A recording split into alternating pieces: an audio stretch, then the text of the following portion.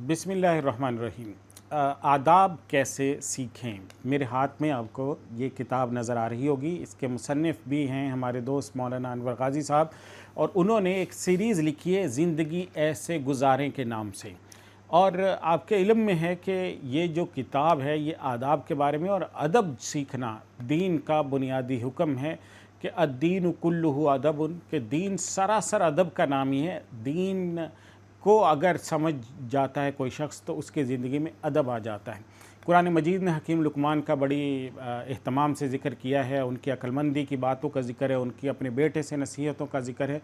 आप उन नसीहतों का मुताला कीजिए, आपको पता चलेगा कि उन्होंने अपने बेटे को अदब सिखाए हैं। अल्लाह के बारे में हमारा ताल्लुक़ क्या होना चाहिए, उठने बैठने बोलने, एक दूसरे से गुफ्तगू करने का तरीका क्या होना चाहिए, चीख कर नहीं बोलना। इन्ना अनकरल अस्वाती लसौतुल हमीर, सबसे बुरी आवाज़ गधे की होती है।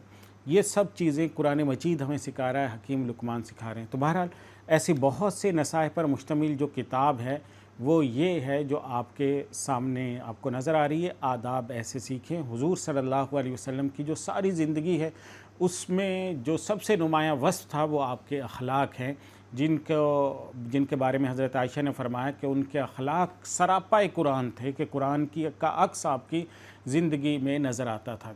तो बहरहाल अदब क्या होता है, दो छोटे बड़ों का अदब क्या होता है, बुज़ुर्गों का और मजलिस का अदब क्या होता है, गुफ्तगू किस तरह से की जाती है, नशिस्त व बर्खास्त कैसे करनी है, चलना कैसे है, उठना बैठना कैसे है, समाजी ज़िंदगी में एक दूसरे से बिहेव कैसा करना है, मुआशरे को खुशगवार कैसे बनाना है, अच्छे सलूक से नरमी से कैसे पेश आना है, और गलत फहमियों को दूर कैसे करना है, एक ख़ानदान को जो है वो आपस में जोड़ना किस तरह से, आप बाहमी झगड़े और बदगुमानियों का ख़ात्मा कैसे करना, ये तमाम चीज़ें आपको इस किताब में मिलेंगी, जिसका नाम है आदाब ऐसे सीखे, और इसको लिखा है हमारे दोस्त मौलाना अनवर गाज़ी साहब ने।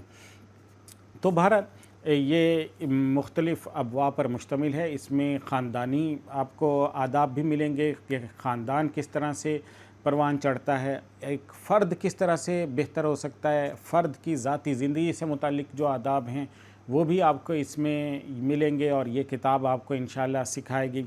इसी तरह से वालिदैन का अदब कैसे करना है, बुज़ुर्गों का असातिज़ा का अदब कैसे करना है, भाई बहनों का अदब कैसे करना है, मेहमान को कैसे रिसीव करना है, मेहमान नवाज़ी के आदाब क्या क्या होते हैं।